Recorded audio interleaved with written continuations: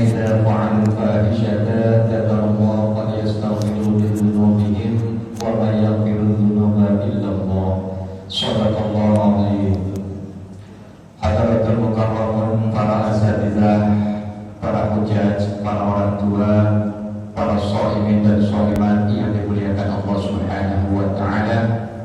Alhamdulillah, sampai pada tanggal 21 Ramadan ini kita masih diberikan nikmat sehat wal afiat, nikmat iman dan Islam, sehingga kita bisa mengisi Ramadan kita dengan kewajiban-kewajiban dan amal sunnah.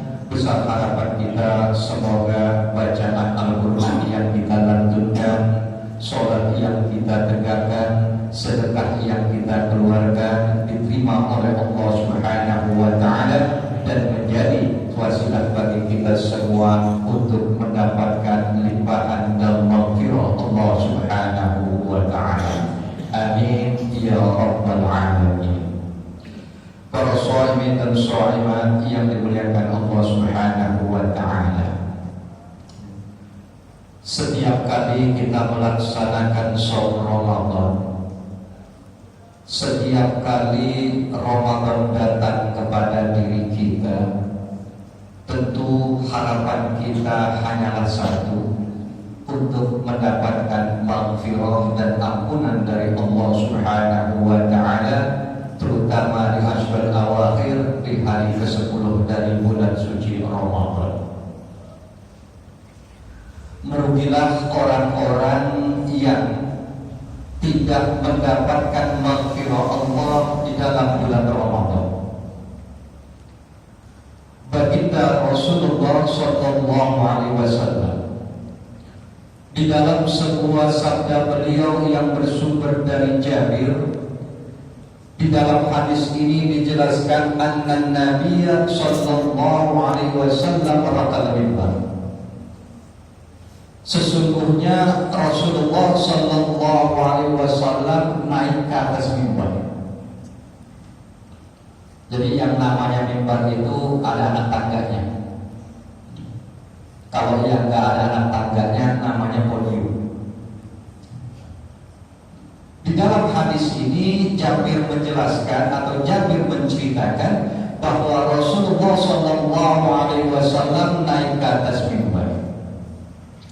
Falamma raqad darajatal ula, ketika Rasulullah SAW berada di atas tangga pertama dari mimbar tersebut, faqal, kemudian Rasulullah SAW mengucapkan kata-kata amin. Walamma raqad darajatal tsaniyah faqala amin. Begitu juga ketika beliau berada di anak tangga kedua, beliau mengucapkan kata-kata amin. Walamma raqad darajatal tsalisah faqala amin. Begitu pula ketika beliau berada di anak tangga ketiga, juga diucapkan atau disebutkan oleh Rasulullah kata-kata amin. Jadi mimbar Rasulullah itu tangganya cuma 3. Bapak Ibu sekalian, hadirin sekalian yang pernah berkunjung ke kota Madinah, ke Masjid Nabawi, sampai sekarang masih ada mimbar Rasulullah dan memang anak tangganya ada 3. Rasulullah melakukan perbuatan ini tidak pernah, sehingga para sahabat bertanya-tanya, para sahabat penasaran, para sahabat ingin tahu apa sebenarnya yang terjadi pada diri baginda Rasulullah SAW. Faqalu, kemudian mereka para sahabat berkata kepada Rasulullah SAW, ya Rasulullah, wahai Rasulullah, sami'naka an taqul amin thalatha marrat. Sesungguhnya kami mendengar engkau mengucapkan kata amin sebanyak 3 kali. Apa sebenarnya yang terjadi pada dirimu wahai Rasulullah? Ma baluka ya Rasulullah? Faqala, kemudian Rasulullah sallallahu alaihi wasallam menjawab, la Lamma raqitu fi darajatil ula ja'ani Jibril wa qala, ketika aku berada di anak tangga pertama, kata beliau, malaikat Jibril mendatangiku. Kemudian malaikat Jibril berdoa. Malaikat Jibril berkata, dan aku mengatakan amin. Apa yang didoakan oleh malaikat Jibril wahai Rasulullah? Kemudian Rasulullah sallallahu alaihi wasallam bersabda menjelaskan, saqa abdu, celakalah anak manusia, merugilah anak manusia, tidak akan pernah beruntung anak manusia idza adraka Ramadan, jika ia diberikan kesempatan oleh Allah Subhanahu wa taala bertemu dengan bulan suci Ramadan. Allah panjangkan umurnya, Allah berikan kesehatan, Allah berikan rezeki pada bulan Ramadan. Fansalakha minhu, kemudian Ramadan itu selesai, Ramadan itu berlalu dari dirinya, walam yughfar lahu, tapi ia belum mendapatkan ampunan dari Allah Subhanahu wa taala. Hadis ini menjelaskan kepada kita semua bahwa sesungguhnya bulan Ramadan bukanlah bulan bermain-main.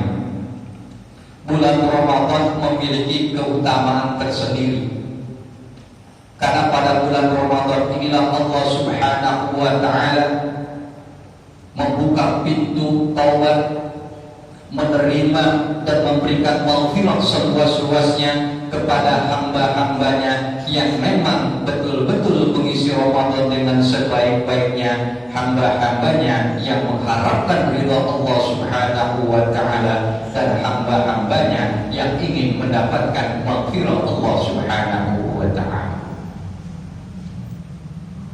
Untuk mendapatkan maghfirah Allah tidak semudah itu. Maka kita harus bermuhasabah diri. Kita memeriksa diri kita sendiri. Meskipun hadis ini sejak lama kita dengar, man shoma ramadhana imanan wa ihtisaban, tapi jarang sekali kita itu melakukan ihtisab. Jarang sekali kita mengoreksi diri kita bahwa sesungguhnya berapa banyak pun ayat Al-Quran yang telah kita lantunkan, berapa pun jumlah rupiah yang telah kita sedekahkan, berapa rakaat pun sholat yang telah kita tegakkan, belum menjamin diri kita bahwa kita terbebas dari perbuatan zalim terhadap diri kita sendiri. Mungkin kalau kita berbuat zalim kepada orang lain, kita bisa mengetahui dan menyadari. Mungkin bila mana ada seseorang menzalimi orang lain, kita bisa menilai.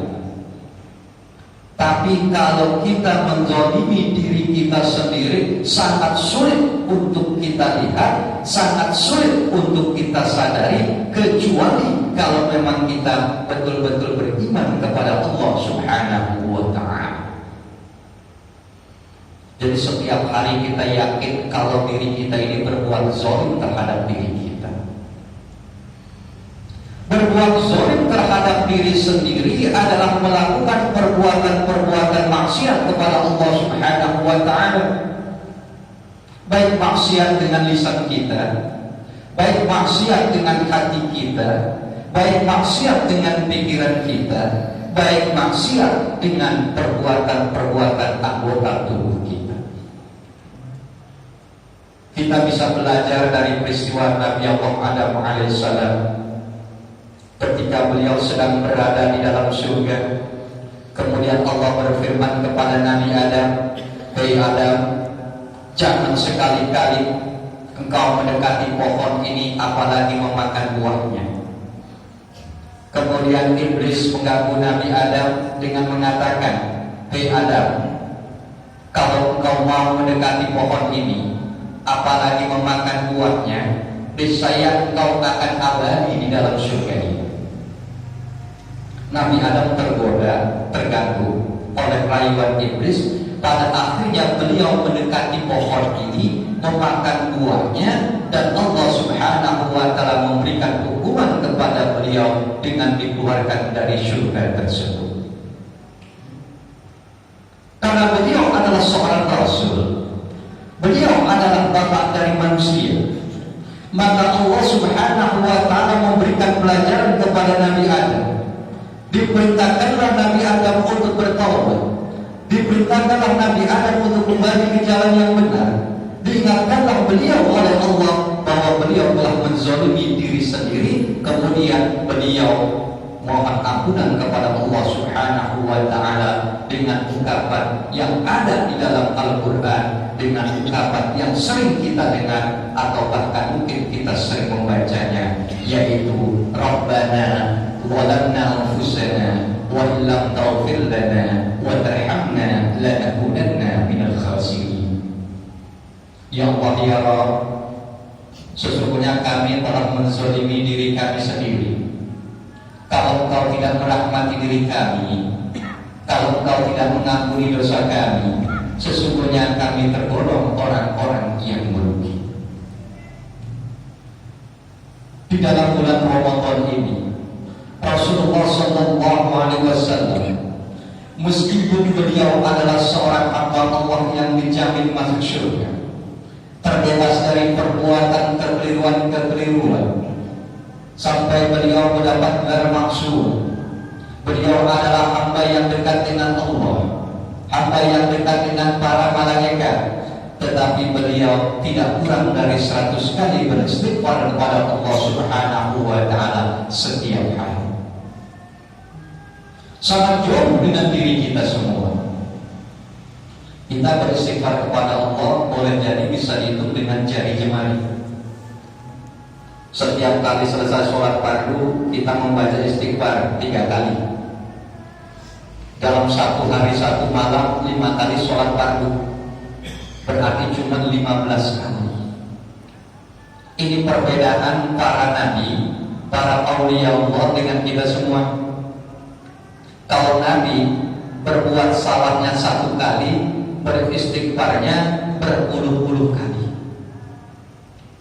Kalau kita dibalik, berbuat salahnya berpuluh-puluh kali, beristighfarnya itu cuma 1 kali. Begitu pula ketika kita ingat dari kisah Nabi Yunus alaihissalam, ketika beliau berada di dalam perut ikan paus, di dalam sebuah kegelapan, di dalam sebuah kesulitan, di dalam kebingungan dan kebimbangan, di dalam kegundahan hati, apa yang dilakukan oleh beliau? Beliau menyadari kalau beliau itu berbuat zalim terhadap dirinya sendiri. Beliau menyadari bahwa itu adalah akibat dari kezaliman terhadap dirinya sendiri. Maka beliau bertobat kepada Allah Subhanahu wa Ta'ala dengan sebuah ungkapan, La ilaha illa anta subhanaka inni kuntu minal zalimin. La ilaha illa anta subhanaka inni kuntu minal zalimin. La ilaha illa anta subhanaka inni kuntu minal zalimin. Dengan bertobat kepada Allah Subhanahu wa Ta'ala, dengan mengakui kezaliman yang telah beliau lakukan, kemudian Allah selamatkan beliau dari dalam perut ikan paus dalam keadaan selamat, keluar dari kesulitan, keluar dari mara bahaya, dan keluar dari berbagai macam kegelapan-kegelapan yang ada. Beristighfar kepada Allah bukan hanya sekedar kita memohon ampunan kepada Allah Subhanahu wa Ta'ala, tetapi lebih dari itu, orang yang melazimkan dirinya, orang yang membiasakan dirinya, orang yang selalu beristighfar kepada Allah Subhanahu wa Ta'ala, maka akan dijamin dengan berbagai macam hal, sebagaimana yang dijelaskan dalam sebuah sabda Rasulullah sallallahu alaihi wasallam.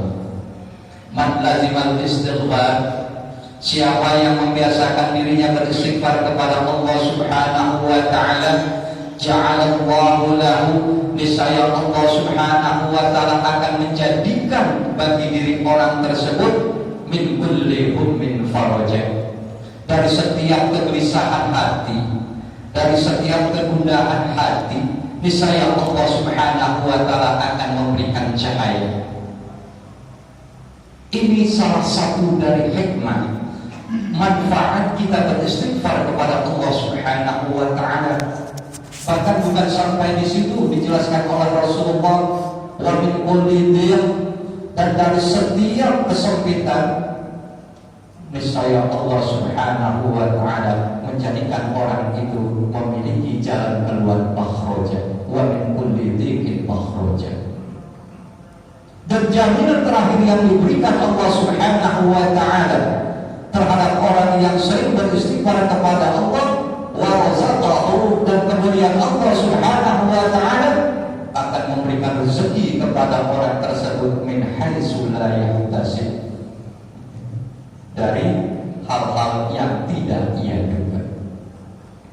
Peristiwa Nabi Adam alaihissalam, peristiwa yang dialami oleh Nabi Allah Yunus alaihissalam, semua kita bisa menjadikan sebuah pelajaran bahwa sesungguhnya antara istighfar itu ada kaitannya dengan ketenangan hati kita.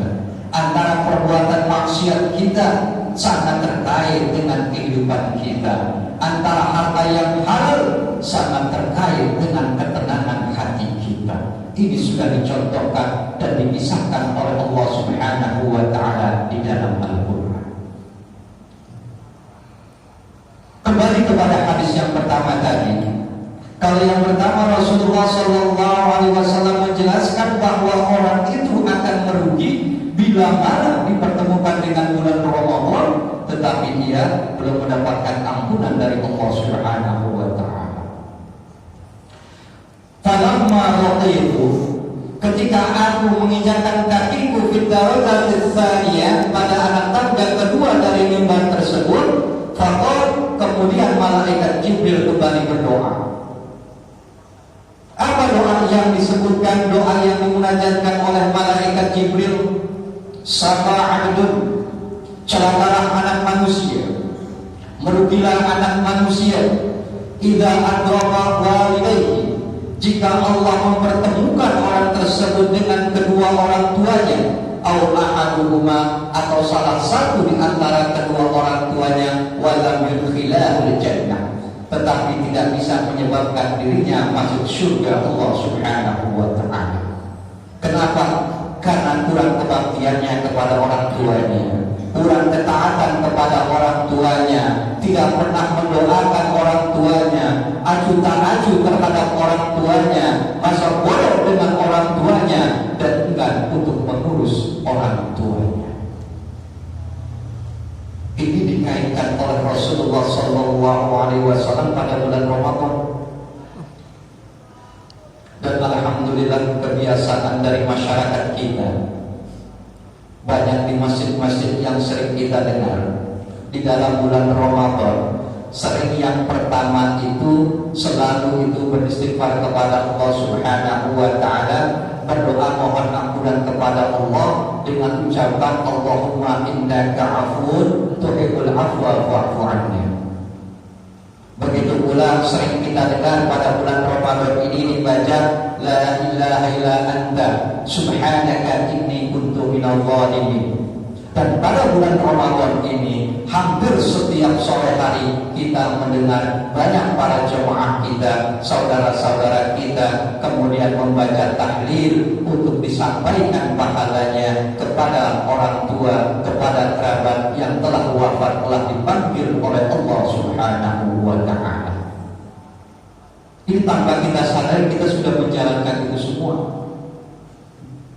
Tetapi kalau kita menjalankan itu dengan ilmu yang bersumber dari sabda Rasulullah SAW, maka akan bertambah nilai pahala kita karena kita menjalankan apa yang diperintahkan oleh Rasulullah SAW.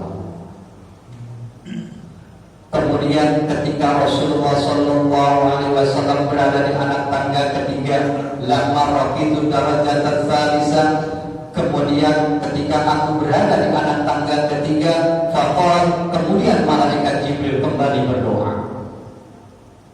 Apa yang didoakan oleh malaikat Jibril pada anak tangga ketiga ini? Malaikat Jibril berkata atau berdoa, "Saqal abdun, merugilah anak manusia, celakalah anak manusia, idza dzukirta 'indahu, jika disebutkan namamu wahai Muhammad sallallahu alaihi wasallam, jika disebutkan namamu wahai Rasulullah, wala tusalli alaihi." Kemudian orang itu enggan berselawat untukmu wahai Rasulullah. Orang itu enggan mengucapkan selawat untukmu wahai Rasulullah.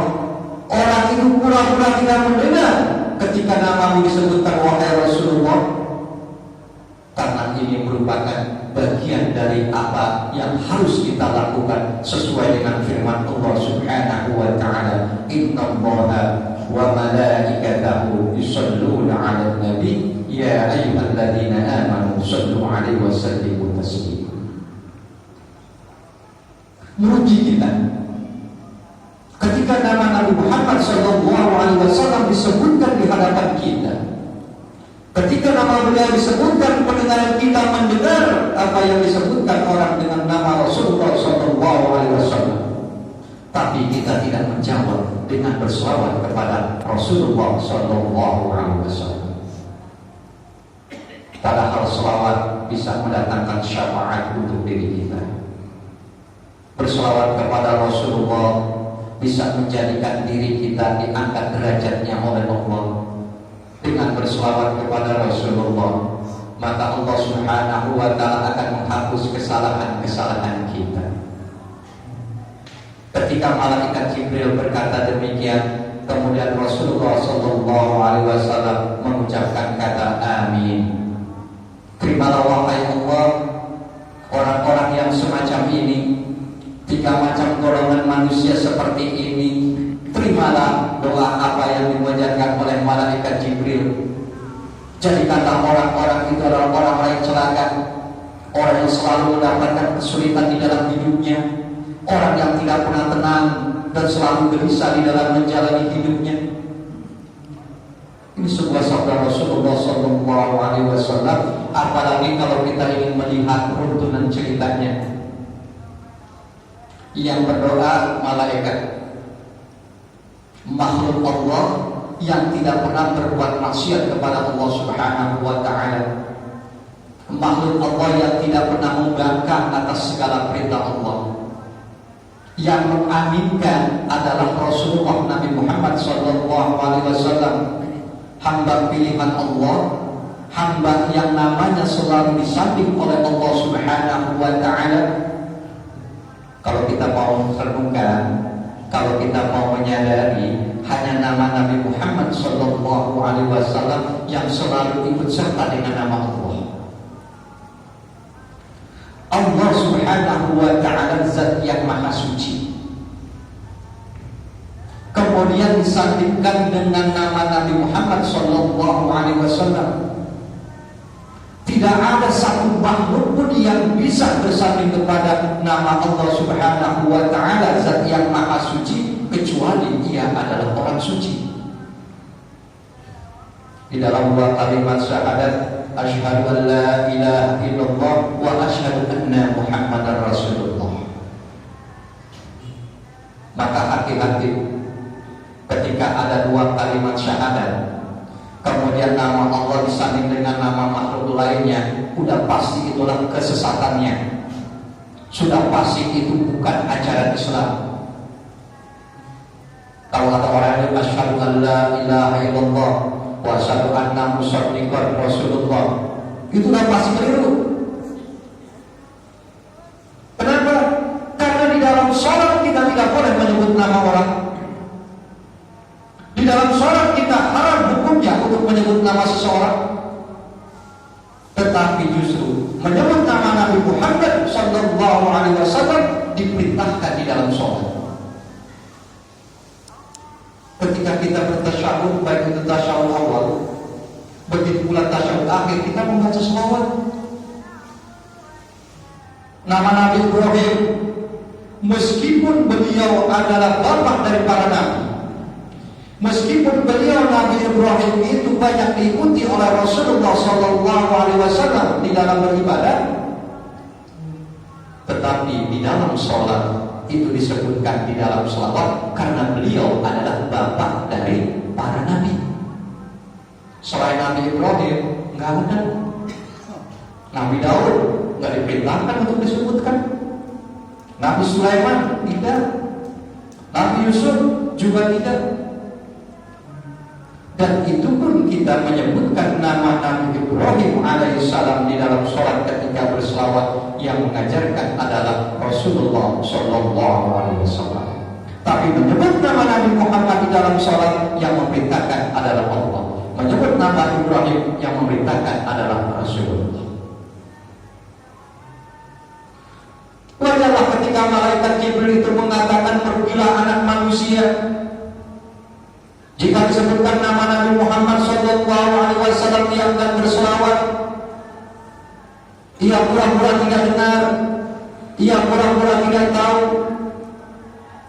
Kerugian yang ia peroleh bukan hanya tidak bisa mendapatkan rahmat Allah Subhanahu wa Ta'ala, bukan hanya tidak bisa mendapatkan syafaat Rasulullah SAW, tetapi ia pun akan mendapatkan hukuman atau sanksi dari Allah Subhanahu wa Ta'ala, yaitu dijauhkan oleh Allah Subhanahu wa Ta'ala dari kemudahan-kemudahan di dalam menjalani hidup.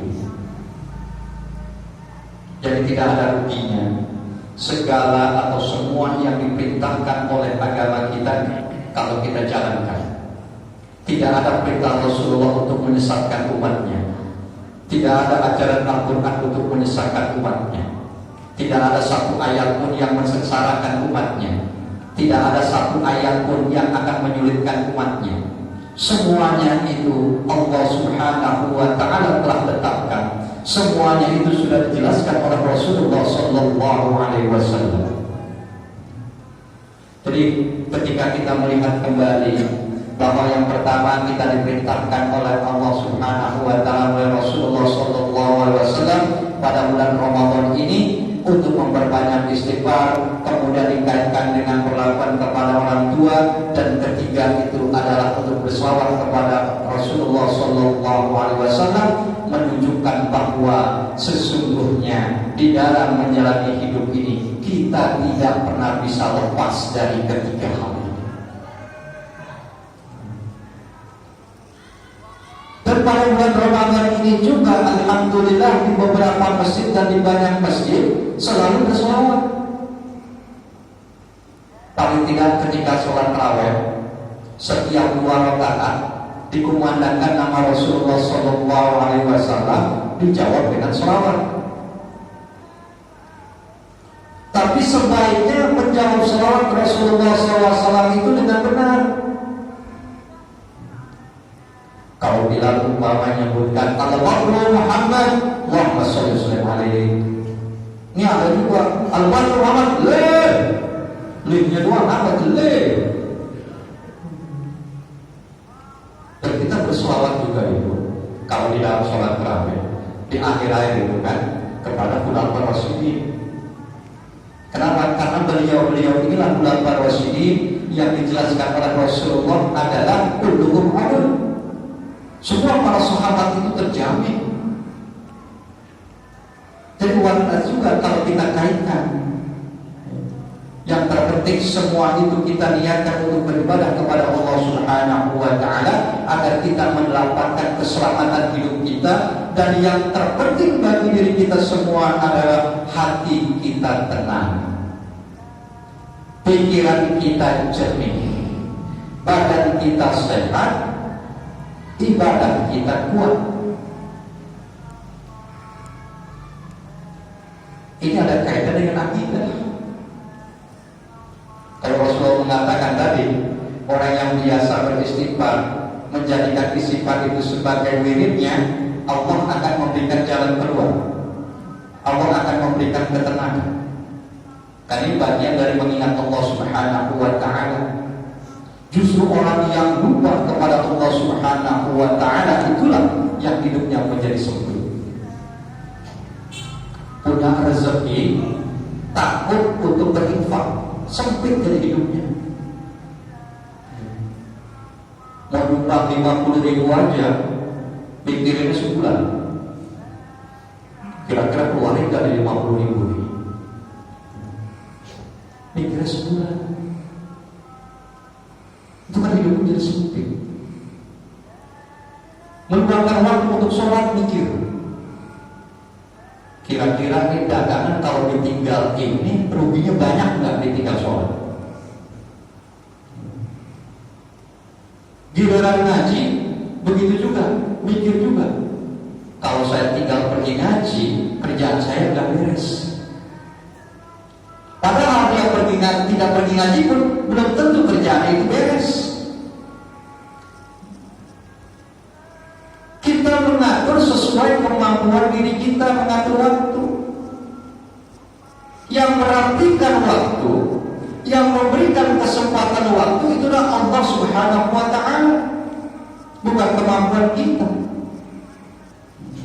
Wah, saya sholat sebentar aja deh, karena kerjaan lagi banyak.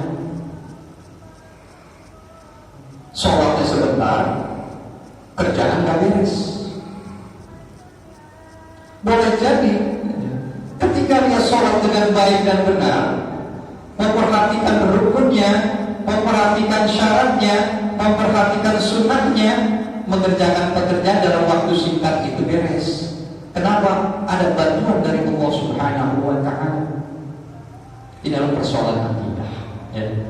Jadi ketika kita kembali kepada ayat tadi, bahwa sesungguhnya Allah Subhanahu wa ta'ala telah menjelaskan kepada kita semua, dan orang-orang yang jika dia itu melakukan kekhilafan, ia melakukan kesalahan, ia menghina Allah Subhanahu wa ta'ala, kemudian ia beristighfar kepada Allah Subhanahu wa ta'ala dengan sebuah keyakinan tidak ada satu pun yang bisa menerima taubat kita kecuali Allah Subhanahu wa ta'ala. Mudah-mudahan kita semua mendapatkan limpahan maghfirah Allah Subhanahu wa ta'ala pada bulan Ramadan ini. Allah memberikan ketenangan di dalam hidup kita, disehatkan badan kita, dipanjangkan umur kita, dimurahkan rezeki kita untuk bertakwa kepada Allah Subhanahu wa ta'ala, dan kita bisa menyempurnakan saum Ramadan kita sampai akhir Ramadan kelak, penuh dengan kekhusyuan, penuh dengan kenikmatan, dan penuh dengan semangat beribadah kepada Allah Subhanahu wa ta'ala. Bitilkani al-Fatihah.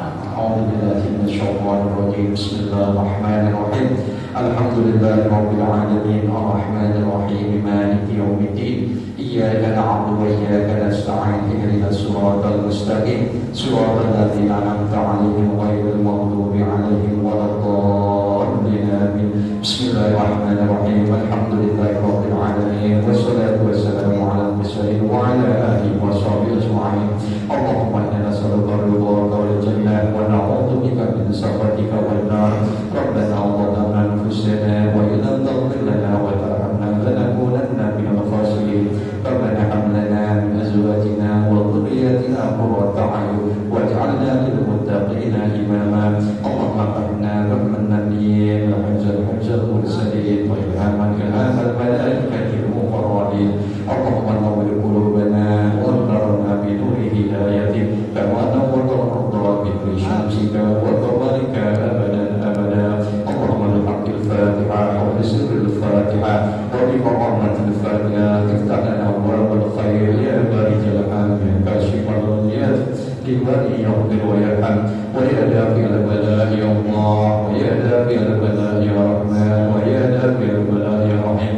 Bifadlika da'wahum subhanallahumma wa tahiyyatuhum bihassalam wa akhiru da'wahum alhamdulillahi rabbil alamin. Ada